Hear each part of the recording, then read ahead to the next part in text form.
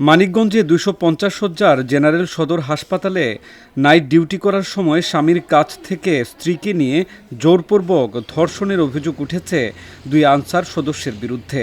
এই ঘটনায় দুই আনসার সদস্যকে গ্রেপ্তার করেছে সদর থানা পুলিশ। আপনারা ইতিমধ্যে জেনেছেন যে দুইজন আনসার সদস্য এই হসপিটালের নিরাপত্তার দায়িত্বে ওরা ছিল। এই তাদের কর্তৃকেই মেয়েটা ভিকটিম ধর্ষিত হয়েছে এবং মেয়ে নিজে তাদেরকে আইডেন্টিফাই করেছে। তো আমাদের যেই পুলিশ অফিসার যে দায়িত্বে ছিল তাৎক্ষণিকভাবে ওই মেয়ের দেওয়া তথ্য অনুযায়ী তাদের দুজনকে তাৎক্ষণিকভাবে আমাদের পুলিশ হেফাজতে নেওয়া হয়েছে। তো আবার যেহেতু জানেন যে মেয়ে গ্যাং রেপের মতো দুজন কর্তৃক ধর্ষিত হয়েছে, এই জন্য তার সঠিক চিকিৎসার জন্য তাৎক্ষণিকভাবে তাকে হসপিটালে ভর্তি করা হয়েছে।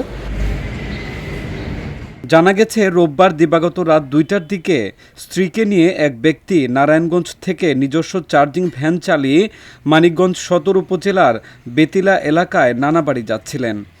এ সময় বাসস্ট্যান্ড এলাকায় আসামাত্র ভ্যান গাড়ির চার্জ শেষ হয়ে গেলে নিরাপত্তার জন্য সদর হাসপাতালের সামনে গিয়ে অবস্থান নেন তারা। হাসপাতালের গেটে ডিউটিরত আনসার সদস্য শাহাদাত হোসেন ও আবু সাইদ তাদের সহযোগিতার আশ্বাস দিয়ে হাসপাতালের ভেতরে নিয়ে যায়। সেখান থেকে নারীকে কৌশলে অন্য ভবনে নিয়ে যায় আনসার সদস্যরা। এরপর আনসার সদস্যদের ভয় ভীতিতে জোরপূর্বক ধর্ষণের ঘটনা ঘটে। আনসার মোহাম্মদ শাহাদত হোসেন এবং আবু সাইদ এরা দুইজন রাতের 10টা থেকে সকাল 6টা পর্যন্ত ডিউটি ছিল। ভোর 5টার দিকে একজন এসআই দুইজন কনস্টেবল সহ এসে আমাকে জানাইছে যে তারা রাত্রে কোনো একটা অনাকাঙ্ক্ষিত ঘটনা ঘটাইছে। আমি তাৎক্ষণিক আমার ঊর্ধ্বতন কর্মকর্তাদের জানাইছি। এখন তারা যে সিদ্ধান্ত নেবে সেটাই। তারা বর্তমানে পুলিশ হেফাজতে আছে। ঘটনা সম্পর্কে জানতে চাইলে সদর হাসপাতালের তত্ত্বাবধায়ক ডাক্তার মোহাম্মদ বাহাউদ্দিন বলেন, বিষয়টি লজ্জাজনক ও অনাকাঙ্ক্ষিত।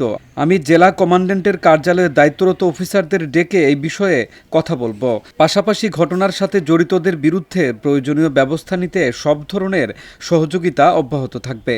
আমি এখনো পুরোপুরি ব্যাপারটা ডিটেলস জানি না। আমি ব্যাপারটা জানবো এবং কয়েকজনকে ডেকেছি, আনসার সদস্যদেরও ডেকেছি এবং আরও যারা আছে তাদের সাথে কথা বলে পুরো ব্যাপারটা জেনে আমি আনসারদের জেলা কমান্ড্যান্টের সাথে ব্যাপারটা জানাবো। জেলা কমান্ড্যান্ট এই ব্যাপারে ব্যবস্থা নেবেন আমি প্রত্যাশা রাখি। ওনার সাথে আমার সকালে কথা হয়েছে, উনি আমাকে আশ্বস্ত করেছেন যে এই ব্যাপারে যথোপযুক্ত ব্যবস্থা গ্রহণ করা হবে, তদন্ত সাপেক্ষে অবশ্যই। ঘটনার পর আজ সোমবার দুপুরে পুলিশ সুপার মোহাম্মদ সরোয়ার আলম চিকিৎসাধীন অবস্থায় নারীর সঙ্গে কথা বলে জড়িত ব্যক্তিদের বিরুদ্ধে আইনগত ব্যবস্থা নেওয়ার কথা জানিয়েছেন।